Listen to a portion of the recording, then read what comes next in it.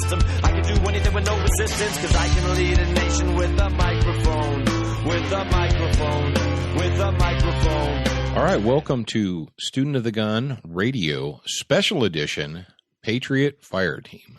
Now, we talked about this, the Patriot Fire Team, as a concept on Student of the Gun Radio a couple of months ago. And I know you guys have been patient out there. You know, we threw the question out there, would you guys want shirts? And a lot of you said, yes, we want shirts. And then some of you have written in notes and are like, hey, dude, whatever happened to that? Well, we do appreciate your patience. And one thing we did not want to do is we didn't want to launch something halfway. Jared is a stickler. He's very meticulous. And there was no way that we were going to launch a product or a project that wasn't well thought out, that wasn't well put together. And so what we've been doing over the last couple of weeks between Jared and I is we've been putting together patriotfireteam.com. And it's ready. It's up. It's ready to go. All you have to do is go to patriotfireteam.com and check it out. Now, Jared, are you with me over there, brother? He's got the inquisitive look on his face, kind of like, am I seeing what I'm seeing? How you doing over there? I'm doing well. I was just kind of running through the website here. We definitely wanted to make sure that we had a lot to offer you guys that sign up for this Patriot Fire Team. And I believe that we've come up with some pretty good stuff for you. Well, what we're going to do during this special edition is we're going to take a moment to talk about the origin or the concept behind it, what it's all about. Because, you know, let's face it, people are going to hear it and they're going to be like, "What is it? Some kind of a crazy radical white power militia movement or what have you? You know, what do you guys think you're doing?" Well, here's the concept. The concept is this: is we actually came up with this idea. The fledgling for this idea occurred several months ago, maybe 3-4 months ago, when I had a conversation with Brack Wilson at Patriot Cases. And some of you guys might have heard this, but we talked to I talked to Brack, and one of the things that he does is Patriot Cases, his specialty is taking padded hard cases and customizing them for whatever you want to put in them. You know, you've got an HK rifle and you want that, or you've got an AR-15, or you've got a whatever. And he customizes these hard cases. They do custom foam inserts so that they will fit whatever it is you want. And Brack was telling me that one of his most popular items here lately is a 3-gun case. It's a large, double-thick, hard rifle case with roller wheels on it. And he said what these 3-gun competition guys will do is they'll give him the specifics. You know, I've got a custom AR, I've got a custom shotgun, and I've got a couple of handguns, blah, blah. They give him the specs, and he builds the case so that they can put all their gear in one single case. And I'm not a 3-gun guy. I'm not really even a competition guy. I'm more of a I don't know, being a Marine and a police officer. I'm more of a realism guy. But it occurred to me, I said, well, how can you market something like that, or could you market something like that to people that are not involved in competition shooting? And so what we did is we came up with a concept for the Patriot Arsenal. And we did a segment on Student of the Gun TV. Hopefully you guys saw it, about what is a Patriot Arsenal and, you know, why should you do it? And we came up with 3 guns that every American gun owner should be able to own and operate. You should be able to own and operate these 3 guns. There's hundreds, if not thousands, of guns out there. But when it came down to it, you know, you get these questions or people are like, well, you know, if I can only have 1 rifle or 1 shotgun or 1 handgun total, I can only have 1. What would it be, you know? And our question is, well, our answer is it could be whatever you want it to be, but if you really want my opinion, this is what it is. So we came up with a, quote, Patriot Arsenal and our recommendations. It was on the TV show. There's also did an article on studentofthegun.com. You can read the wherefores and whys. And Jared, how do you get people to tell you how you're wrong or when you're wrong? He's got that look on his face. I don't know. You make a recommendation. I was going to say you just give your opinion. Yeah. Well, you know, we did the Patriot Fire Team, the Patriot Arsenal article. And then we were inundated with emails and letters like, oh, you're wrong. It should be a lever action 30-30 and, a double barreled 12 gauge and a Smith & Wesson Model 29, or it's like that. And the thing is, people don't want, they're like, well, that's already my favorite. And I was like, you know what? If you already have your favorite, rock on. I don't care. I never said once that you should ditch your favorite gun and buy the gun that I told you to buy. We're looking at kind of a blank slate. Like, what if I had nothing and I wanted to buy 3 guns that not just me, not just Paul Markle, but everyone, all the adults and large children in the house could potentially use if they needed to. Because that's kind of the whole purpose of the Patriot Arsenal. It's not just you. It's every responsible adult in your general area or in your vicinity there. Could they use it as well? So we put that out there, and that got me to thinking. And I was actually reading a book. I was reading Paul Revere's Ride. And in the book, Paul Revere's Ride, it's a good book. You should pick it up. We've recommended it as recommended reading.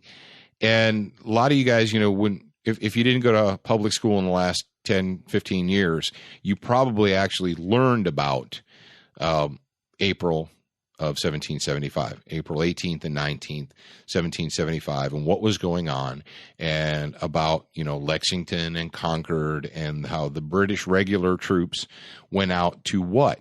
What did they go out to do? Did they go out to collect taxes? Did they go out to enroll people, to enroll voters? What were the British troops doing in Massachusetts in April of 1775? Jared, what were they doing? They were going out to enroll people for Obamacare, right?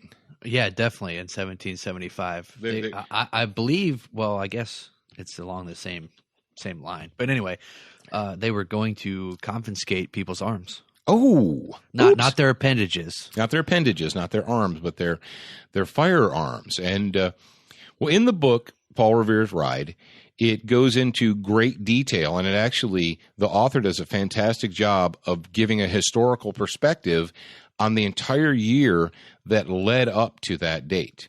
It wasn't just like the British governor, the royal governor, woke up that morning and is like, you know what? I'm tired of these colonists and all their guns. I'm sending my people out to get them.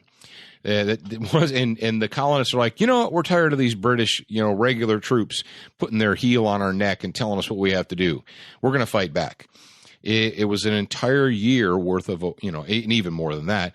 But what was going on in the colonies? What was going on in Massachusetts, in Boston, in New England? What led up to that? And a lot of people don't understand, especially if you're not a student of history, that April 18th and 19th, when that happened, that wasn't something that it wasn't out of the ordinary, or it wasn't the first time. There were actually 3 other times. There was one that they aborted. They were going to do it, and then they changed their minds.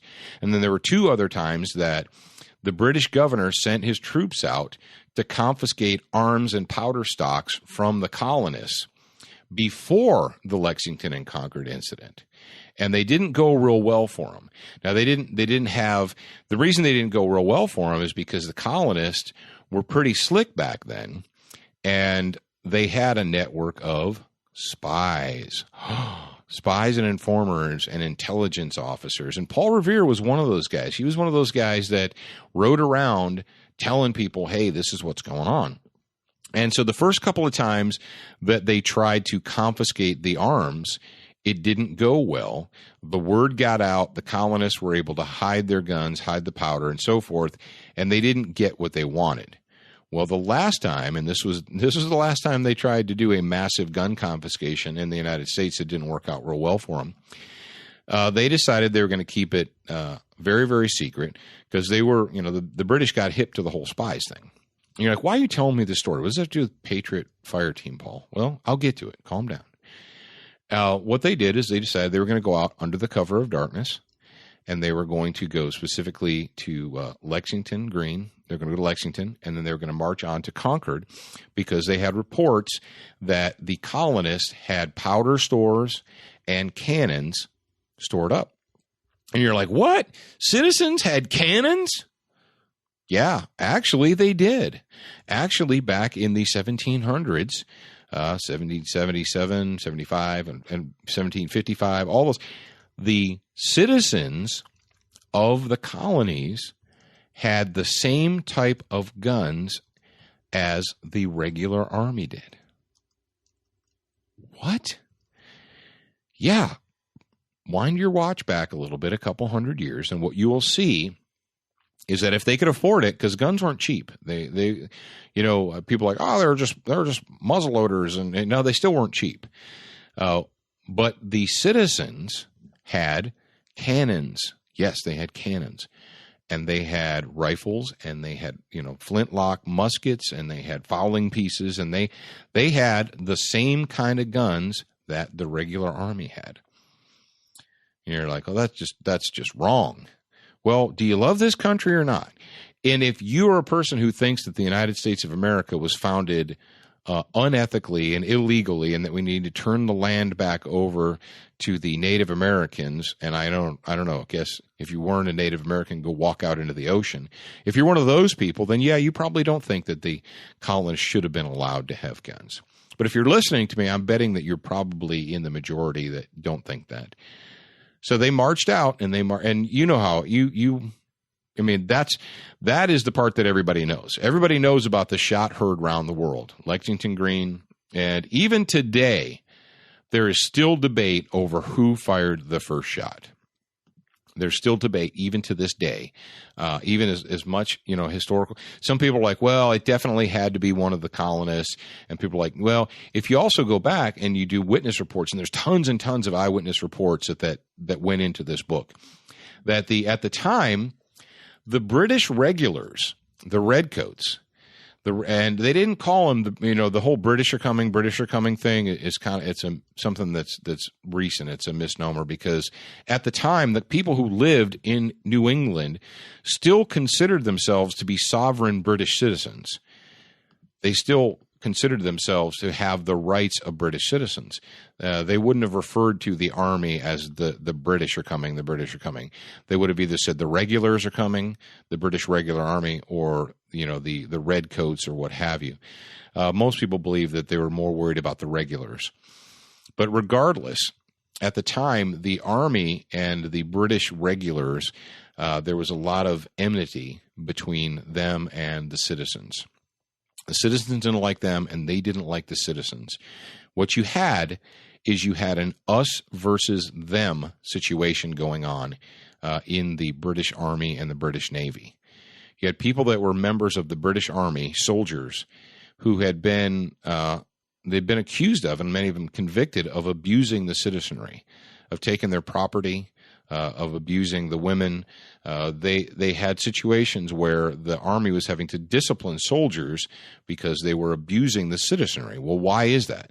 Well, because they had this mentality that we are the masters and you are the peasants. It was an us versus them mentality that was going on in Boston at the time. They had, when they went back and they had letters, they found letters from British officers and British soldiers where they spoke very poorly of the citizens of Massachusetts and of New England. And they felt as though they were a bunch of ungrateful children. They were ungrateful. They should have been grateful to what Mother England was doing for them. They should have just shut up and paid their taxes and been good little, boys and girls and done what the government said. And we don't want to hear any of this. You get to keep your guns crap. We're taking them. Well, folks, for those of you, like I said, who didn't go to public school in the last 20 years, the American Revolution, it may have been about independence and it may have been about taxes, but it started when they decided to confiscate weapons. That is how the American Revolution started. Because up to that time, there had been protests against the taxes, tax protests. There was a lot of, we'd send ambassadors to England to try and, work out a deal for some sort of half independence where we could have representatives and so forth. The Boston Tea Party had already occurred. The quote unquote Boston Massacre had already occurred. And even after the Boston Massacre in 1770, many in the colonies thought that it would, that there would be a Revolutionary War, that it would begin, and it didn't. No shots were actually fired until the government at the time decided it was going to go out and it was going to confiscate arms and powder. So put that in your hat and remember it. But what is important? Who showed up? Who showed up to stop the British from confiscating the arms and powder? Was it the regular army of the United States of America? Well, no, there wasn't a regular army of the United States of America at the time.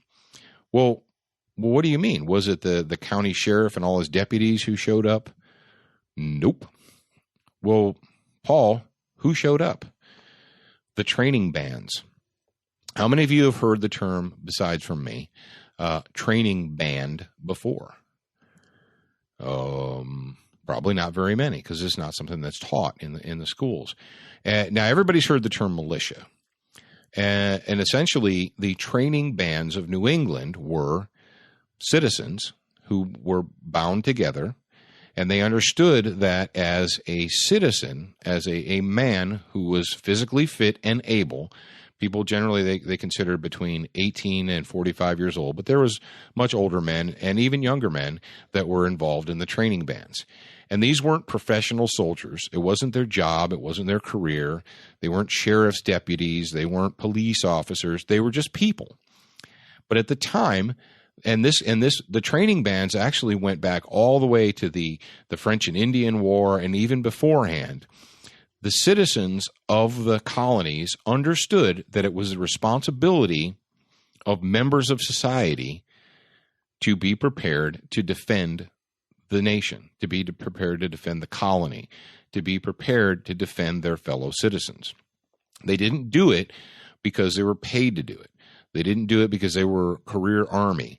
They did it because they knew it was the responsibility of the citizen to be prepared for danger, whether it was, the quote-unquote savages, or the French army during the French and Indian War coming down from Canada, or what have you.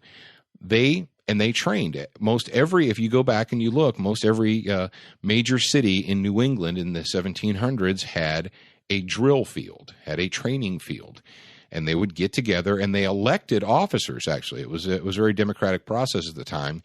They elected their leaders, and the leaders generally, they were people who were prominent business owners, landowners, ranchers. Well, not really ranchers, farmers, what have you. People that were well respected in the community, and they elected them as leaders, and those people became their officers, their captains, their colonels, and so forth. And they would get together and they would train and they would drill. For those of you who aren't in the military, drill means basically military practice. And they did that, and then they would go back to their homes. And most people, even if you're a public school graduate, know what a Minuteman is. A person who could be ready to go on a minute's notice. They had to keep their packs and so forth, and they were ready to go. And the original training bands. And when I read that and I thought about it, I thought, well, unfortunately in the United States of America today, in 2014, the term militia has been abused. It has really been abused by the mainstream media, and it's been basically set up to be a pejorative.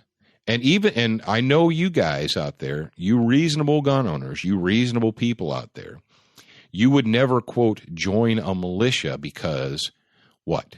Because I don't want my neighbors to think I'm crazy. Or, yeah, but, those guys, they're all about, they think that the government's going to come take your guns. Yeah, because they would never do that, right? Oh, let me guess, that's going on right now. Never mind. So the term militia, even though it is a legitimate term, even though it's found in the Bill of Rights, although it's found in the in the documents that were used to create this nation, and it was a tradition that went all the way back to the founding of this country and way before the founding. Think about that. Think about the training bands. Think about members of the community, friends and neighbors, who just saw it as their responsibility to be ready to protect and defend their neighbors. Because back then there was no, well, we're just going to sit on the ground, hold our hands out, and wait for FEMA to put food in it.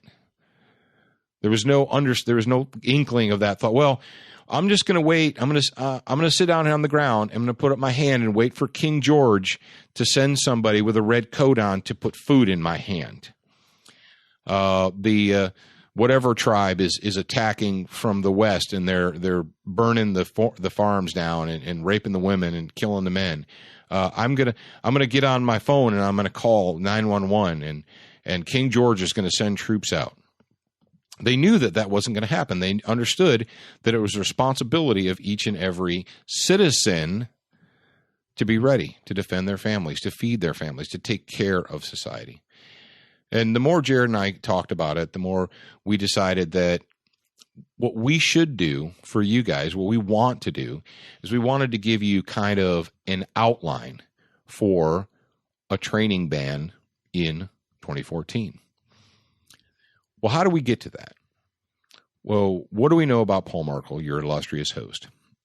Oh, and by the way, I would never run for president. I could be a benevolent dictator for you if you want that, but I don't think I could ever deal with the whole president thing. What do you think, Jared? Yeah, that's too much stress to handle. What about the benevolent dictator thing? I think you could do that. I could do that. Okay. I could do benevolent dictator. We've had people a couple of people that said Paul for president. I'm going to go ahead and go on record and say that's not a good idea. Like I said, benevolent dictator. But what do we know about me? I became a Marine in 1987, United States Marine. And I went on, I was in the Marine Corps Infantry. I went to infantry school, and then I was with 6 Marines. And if you know anything about the Marine Corps Infantry, the Marine Corps Infantry is based upon a core unit. Real quick question for you. What does blue mean? Oh, blue on munitions means it's an inert training munition. I mean, it's non-live. Okay, we can move forward now with the rest of his explanation. Yeah. And those of you who just listened to the previous episode know what Jared's talking about there. And if you don't, go back and listen to it. So, but the core unit of the Marine Corps Infantry, the base unit, it's not the company and it's not the platoon, but it is the fire team. A Marine Corps fire team consists of 4 individuals. And you're like, well, why would you do that? Well, military tacticians and figured out a long, long time ago that if you try and oversee, if you have one man and you try and oversee 100 people, it doesn't work very well. You cannot control 100 people. What you have to do is you have to take that large group and break them into smaller, more manageable groups. And so what you have, the smallest unit in the Marine Corps Infantry is the fire team. It's 4 guys. And those 4 guys work together, and then they work together in a platoon, which is 1 unit, and then, or a squad, and then a platoon, and then a company and a battalion, and so forth. But the base unit, really the foundation of the Marine Corps Infantry is the fire team. And, Jared and I sat out, we had cigars and adult beverages, and, we talked about it. And I said, one of the reasons why people go to shooting schools, they go to training schools, they go to firearms academies, is because that is a place that they can go. And whether or not they realize it or not, it's a place that they can go to spend time amongst like-minded individuals, people who think the same way as they do, to get a little bit of affirmation from their peers. Peer affirmation is a very important thing. It's something that is often overlooked today. But let's face it. If you're an urbanite or a suburbanite and you go to work in a regular office job or what have you, many of your coworkers are probably people that you look, and say they just don't get it. They don't know what's going on out there. They don't pay attention. All they're all about is Dancing with the Stars and what kind of vapid garbage is on the cover of People magazine that week. They're just these drones that go on with all this distraction in their life, and they don't get it. And it can be maddening if you're a person that pays attention to what's going on in the United States, who actually is educated. Oh, for God's sake, don't be educated, because you might not think that everything is all great and hunky-dory. So there you are, and you're feeling frustrated. You're thinking, am I the only person who sees this? Am I the only person that understands that we're in trouble? Am I the only one who thinks that each individual should be responsible for the safety and security of their family? How did we get to that point as a nation? And when you go to a professional training school, to a firearms school, and you get to meet other people from around the country, and you realize, wow, yeah, there are other people out there that understand that right now is not the time to get comfortable and sit back and work on your what goes on in spring, your March Madness brackets or whatever, that there's more important things in the world. People need peer affirmation. You can't, even though you're maybe an alpha male, even though you're with me, you're like, dude, I got it, I'm taking care of it. Everybody needs, Paul Markle needs help. Paul Markle needs affirmation. Paul Markle has a short list of friends that I can reach out to. Everybody needs that. You shouldn't have to do it all on your own. You shouldn't have to. And that is why we came up with the idea of the Patriot Fire Team. The Patriot Fire Team, essentially, this is not an official militia. What it is you and 3 trusted friends, 3 adult men, women, whatever, I don't care, that understand that it's your responsibility as the citizen to take care of your family. And in the future, I want to turn the patriotfireteam.com into where you and your Patriot Fire Team can communicate with a Patriot Fire Team, say, from across the country. Yeah, this is, and so what we've done is we set up, basically, we've got the patriotfireteam.com. What you do is you go there and you're like, well, I don't know about getting on a list, Paul. Well, if you don't trust us by now not to spam you or to sell your list, then I don't know what to tell you. I think we've got a pretty good track record of not spamming, of not selling your list. And you're like, well, why should I do this? Well, I'll tell you why. What we've done is we've come up with basically a Patriot Fire Team how to get started special report. And essentially, it talks about the why. You want to sit down, you want to talk to your a couple of really good friends, your range buddies or what have you, and say, you know what? Think about it like this. Think about the Hurricane Katrinas. Think about the Hurricane Sandys. Think about the aftermath of the massive tornadoes. Think about, things like that, of that nature. Who do you have to rely upon in a situation like that? You have you and your friends. If we have another Katrina, if we have another Hurricane Sandy, if we have another Joplin, Missouri, the Joplin tornadoes and so forth, it's going to keep happening, folks. Let's face it. The earth we're not going to stop having hurricanes, tornadoes, earthquakes, wildfires. It's going to happen. It's just, where is it going to happen and when is it going to happen? And what have we seen over and over and over again ad nauseum? What we've seen is that not only do they fail, okay, that not only does the federal government fail, but do you want them to? Do you want to be the guy sitting out in the street, sitting on the curb with his hand up in the air, waiting for some faceless government bureaucrat to put some food in it? Is that your plan?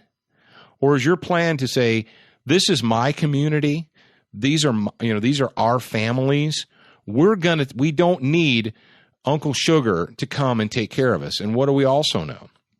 We know that natural disasters, natural or man-made disasters, bring out both the best and the worst in society. You have people that you didn't even know, complete strangers, giving you food, giving you clothing, helping you.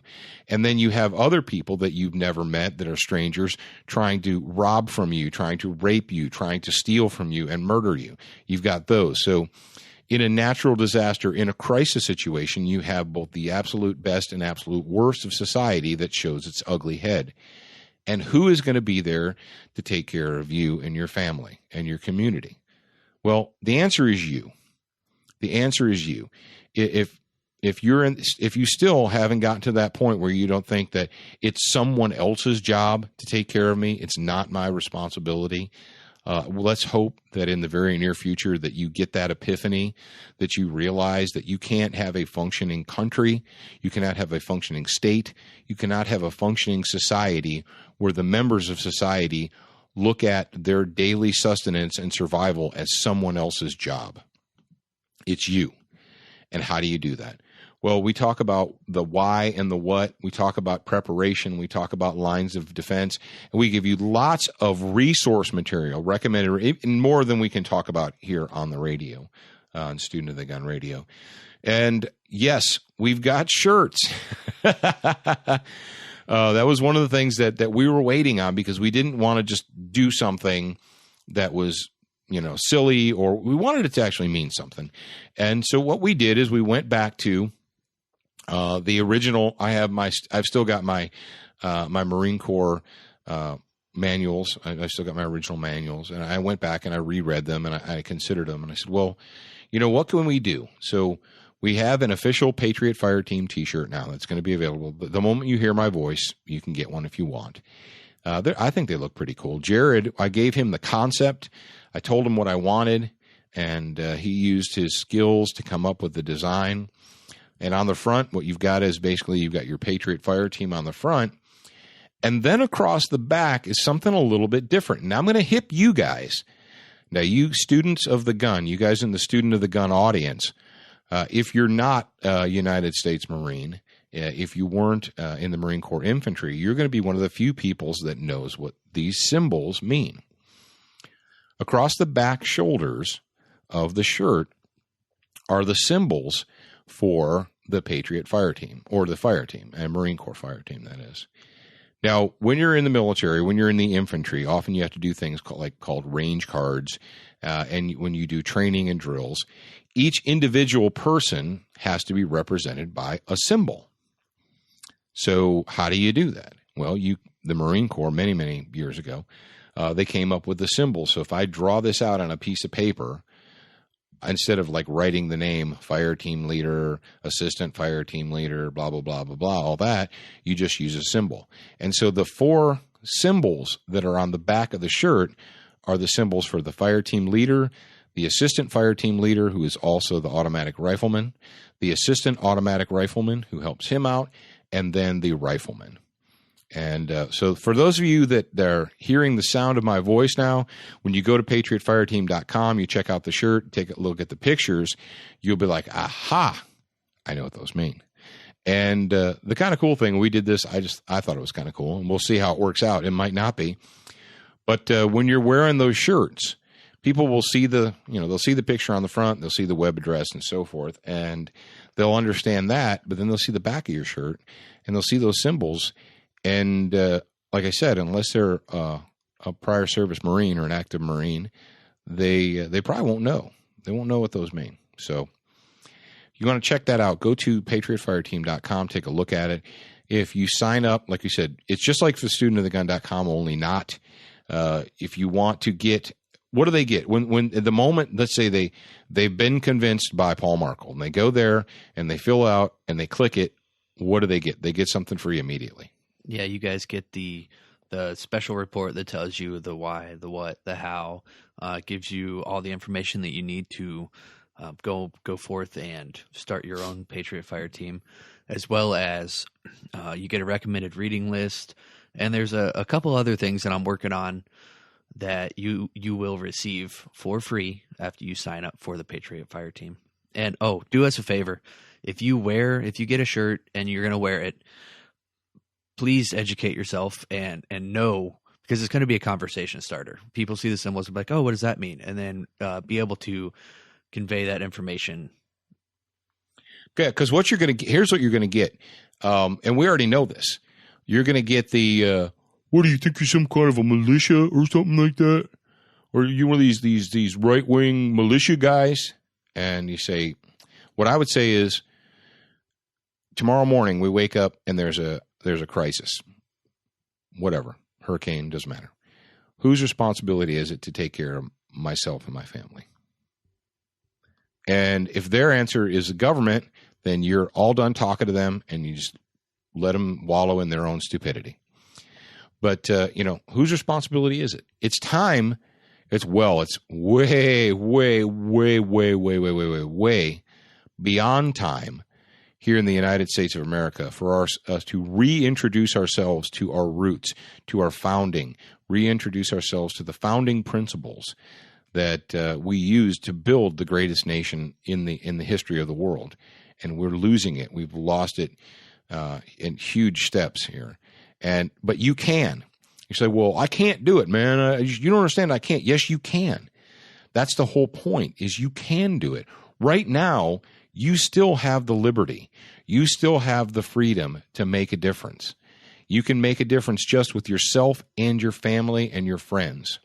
Think about it. Think about it like that. You can't, maybe you can't reach out to 10,000 people or 100,000 people. Maybe you don't have a microphone or a TV show or what have you, but what you can do is you can positively influence the people around you.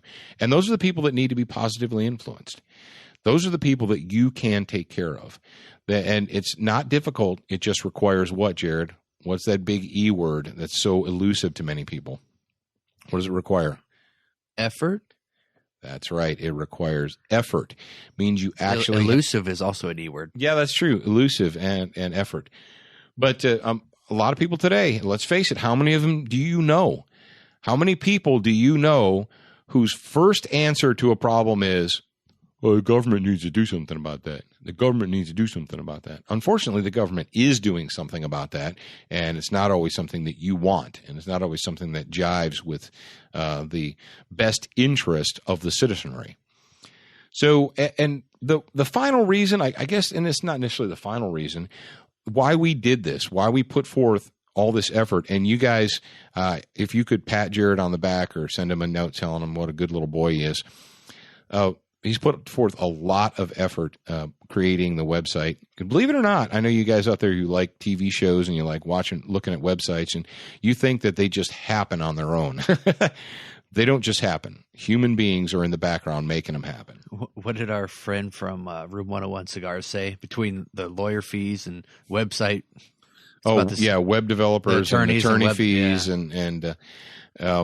these things don't put themselves together. They take a lot of effort, and Jared should be congratulated for putting a tremendous amount of effort into the creation of this new site. And we think you're going to appreciate it. We think you'll enjoy it. I think it looks pretty good. So, but why did we do this? Basic last thing I'm going to tell you is the whole reason behind this is because we talk to people, whether it's in person at gun shows or gun shops or when we're out at the range or what have you. We get messages via the Facebook and the email all the time, and people will say, well, they're frustrated. Let's face it, the people out there right now, the good people, the citizens, the ones who understand we have a problem, they're frustrated and they feel helpless. They're sitting there and they're feeling like, and you may be one of these people, think, I should be doing something. How many of those people do you know? I should be doing something. But for one reason or another, they're at that point where they're like, I should be doing something, but I don't know what. I need a roadmap. I need a guide. I need something. And like I said, you shouldn't have to make it all up on your own. You shouldn't have to do it all by yourself. And what this is a roadmap. This is a guide for you, the lawful, law-abiding citizen, the guy that gets up and works and pays his taxes and is taken care of.